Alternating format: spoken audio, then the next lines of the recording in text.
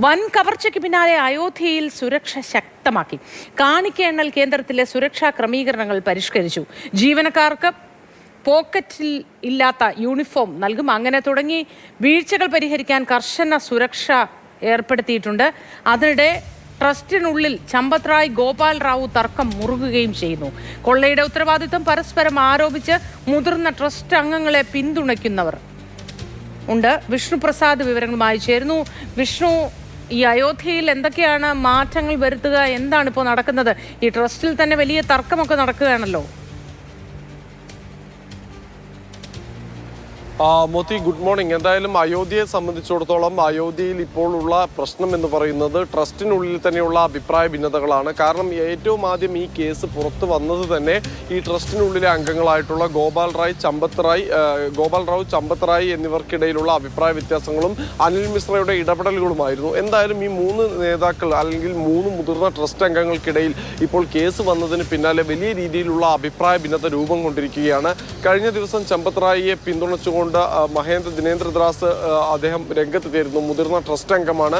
ഈ ചമ്പത് റായ് തെറ്റ് ചെയ്യുമെന്ന് താൻ പ്രതീക്ഷിക്കുന്നില്ല എന്നും അദ്ദേഹത്തിന് മേൽനോട്ടത്തിൽ ചില വീഴ്ചകൾ സംഭവിച്ചിട്ടുണ്ട് എന്നും പറഞ്ഞുകൊണ്ട് ആ കുറ്റകൃത്യത്തിന്റെ വലുപ്പം അല്ലെങ്കിൽ അതിന്റെ ലാഘവം കുറയ്ക്കാൻ തന്നെയായിരുന്നു എന്തായാലും ശ്രമിച്ചിട്ടുണ്ടായിരുന്നത്. ഇപ്പോൾ ഗോപാൽ റായിയെ പിന്തുണയ്ക്കുന്ന ചില ട്രസ്റ്റ് അംഗങ്ങൾ രംഗത്തെത്തുകയും ചമ്പത് റായ് മേൽ ഉത്തരവാദിത്തം അടിച്ചേൽപ്പിക്കുകയും ചെയ്യുന്ന ഒരു സാഹചര്യമാണ്. ഇതിൽ മൂന്ന് പേർക്കും അവരുടേതായ കർത്തവ്യങ്ങൾ നിറവേറ്റുന്നതിൽ വീഴ്ച സംഭവിച്ചിട്ടുണ്ട് എന്നതിന് പുറമെ തന്നെ ഇവർ നിയോഗിച്ച ആളുകളാണ് ഈ തട്ടിപ്പിലെല്ലാം തന്നെ ഭാഗമായിട്ടുള്ളതും ഇപ്പോൾ അറസ്റ്റിലായിട്ടുള്ളതും. പക്ഷേ പരസ്പരം പഴിചാരാനുള്ള നീക്കമാണ് നടന്നുകൊണ്ടിരിക്കുന്നത്. ഇതിന്റെ പ്രധാന കാരണമെന്ന് പറയുന്നത് RSSന്റെ ഭാഗത്ത് നിന്ന് കടുത്ത അതൃപ്തി ഈ മൂന്ന് ട്രസ്റ്റ് അംഗങ്ങൾക്കുമെതിരെ ഉയർന്നിട്ടുണ്ട്. നമുക്കറിയാം, RSSും വിശ്വ ഹിന്ദു പരിഷത്തും ചേർന്നുകൊണ്ടാണ് അയോധ്യയിലെ രാമക്ഷേത്ര ട്രസ്റ്റിന്റെ അംഗങ്ങളെ ഉൾപ്പെടെ നിയോഗിക്കുന്നതിൽ BJPക്കൊപ്പം നിന്നിട്ടുള്ളത്. അല്ലെങ്കിൽ ഈ BJPയും കൂടി ചേർന്നാണ് അംഗങ്ങളെ നിയോഗിച്ചിട്ടുള്ളത്.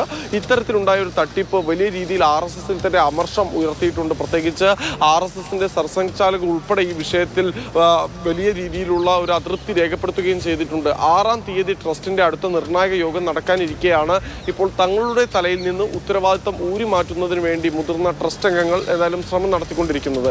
അതിനിടെയാണ് ഈ ട്രസ്റ്റിനകത്ത് നോട്ട് എണ്ണുന്ന അല്ലെങ്കിൽ കാണിക്കപ്പണം എണ്ണുന്ന ഉദ്യോഗസ്ഥർക്ക് ഇപ്പോൾ യൂണിഫോം ഉൾപ്പെടെ നൽകിക്കൊണ്ട് സുരക്ഷാ ക്രമീകരണങ്ങളിൽ മാറ്റം വരുത്താൻ തീരുമാനിച്ചിട്ടുള്ളത്.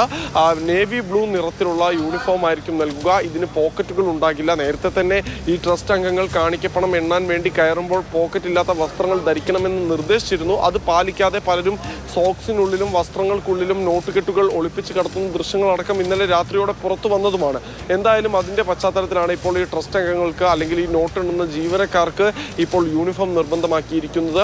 യൂണിഫോം ധരിച്ച് ജോലിക്ക് കയറുന്നതിന് മുൻപും യൂണിഫോം അഴിച്ചു വെച്ചതിന് ശേഷം വീട്ടിലേക്ക് പുറപ്പെടും മുൻപും ശക്തമായ ദേഹപരിശോധന ഉൾപ്പെടെ നടക്കുമെന്നാണ് അറിയാൻ കഴിയുന്നത്. എന്തായാലും നിലവിലെ സാഹചര്യത്തിൽ സുരക്ഷാ ക്രമീകരണങ്ങൾ കൂടുതൽ ശക്തിപ്പെടുത്തുകയാണ്. CCTV ദൃശ്യങ്ങളിൽ പെടാത്ത സ്ഥലങ്ങളിലേക്ക് ഉൾപ്പെടെ ആ ദൃശ്യങ്ങൾ പെടുന്ന രീതിയിലേക്ക് ഈ ക്രമീകരണങ്ങൾ മാറ്റുകയാണ്. നോട്ടെണ്ണൽ കേന്ദ്രത്തിലെ പിൽഗ്രിം ഫെസിലിറ്റേഷൻ സെന്ററിലാണ്. ഏകദേശം ക്ഷേത്രത്തിൽ നിന്ന് ഒരു 600 മീറ്ററോളം മാറിയാണ് ഈ പിൽഗ്രിം ഫെസിലിറ്റേഷൻ സെന്റർ ഉള്ളത്. അവിടെ വെച്ചാണ് ഈ നോട്ടുകൾ എണ്ണിത്തിട്ടപ്പെടുത്തുന്നതും. എന്തായാലും അവിടെയും ഇപ്പോൾ സുരക്ഷാ ക്രമീകരണങ്ങൾ ഈ വർദ്ധിപ്പിക്കുന്നതിലൂടെ ഇനി തെറ്റുകൾ നടക്കാതിരിക്കാനുള്ള നടപടിയാണ് ട്രസ്റ്റിന്റെ ഭാഗത്തു നിന്നുണ്ടാകുന്നത്. അതേസമയം 8 ജീവനക്കാരെയാണ് ഇതുവരെ കേസുമായി ബന്ധപ്പെട്ട് അറസ്റ്റിലായിട്ടുള്ളത്.